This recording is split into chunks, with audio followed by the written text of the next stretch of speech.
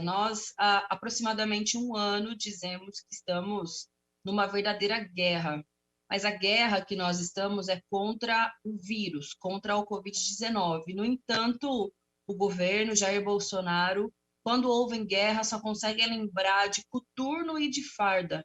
E isso, infelizmente, se expressa no nosso orçamento, que evidentemente o pessoal é contrário, não entende esse clima de festa e de comemoração, apesar do relator ter acatado algumas sugestões absolutamente tímidas, porque esse ano o orçamento destinado para a defesa é mais de 4 vezes maior do que para a saúde.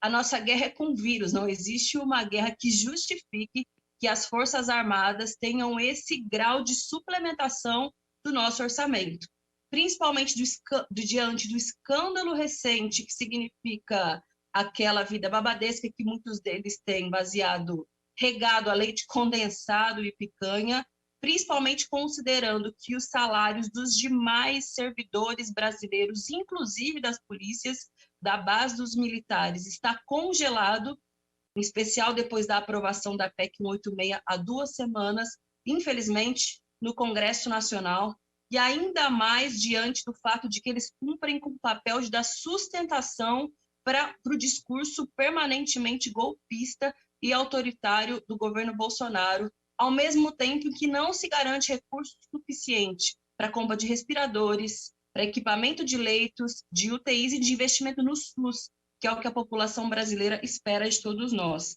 Também me espanta muito a quantidade de recursos destinada para a área de desenvolvimento regional, que vocês me desculpem a franqueza, pode-se dar o nome que quiser, mas significa pagamento de emenda de parlamentar, inclusive pagamento de conta dos acordos que são feitos a partir da eleição do presidente da Câmara, do presidente do Senado e das demais votações antipopulares que, infelizmente, o Congresso Nacional aprova.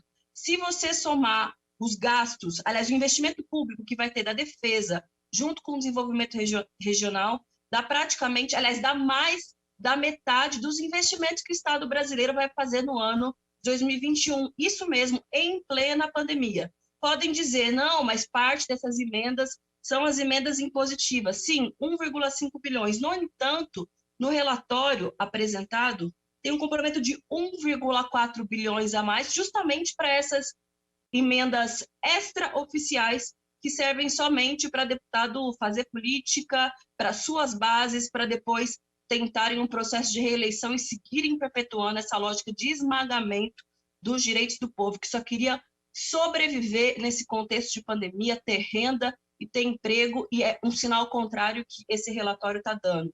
Terceiro, que é gravíssimo, tudo isso às custas de não pagar os direitos previdenciários e trabalhistas do povo trabalhador brasileiro. E não é verdade, é mentira o que disse o relator nessa sessão. Não houve uma redução de despesas na área da Previdência no ano passado. Aliás, um relatório feito pelo próprio Ministério da Economia, de março de 2021, de agora, disse que já faltavam 8 bilhões de reais para garantir as despesas da Previdência. Com o relatório, com o complemento do relatório do relator, tira ainda mais 13 bilhões de reais. Sabe o que isso significa?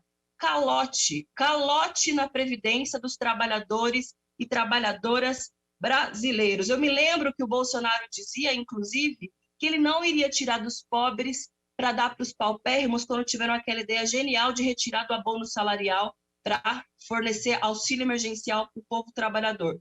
Pois bem, ele não está tirando dos pobres para dar para os paupérrimos, está tirando dos pobres para dar para as Forças Armadas e para pagar a emenda parlamentar, porque também retira 7,4 bilhões do abono salarial. Os trabalhadores mais pobres desse país vão receber um calote por conta dessa festa, dessa feira que está sendo distribuída, infelizmente, nesse relatório. Sem contar na redução da verba para o MEC, que é cerca de 38% a menos, as nossas universidades vão ficar paralisadas com esse orçamento. Teve um corte de mais de 1 bilhão de reais no momento em que produzem vacina, ciência e tecnologia, inteligência para lidar com a pandemia, no momento em que aumentou o índice de feminicídio, mais de 41% só aqui no estado de São Paulo, tem só 2,5 milhões de verba para o enfrentamento a violência contra as mulheres.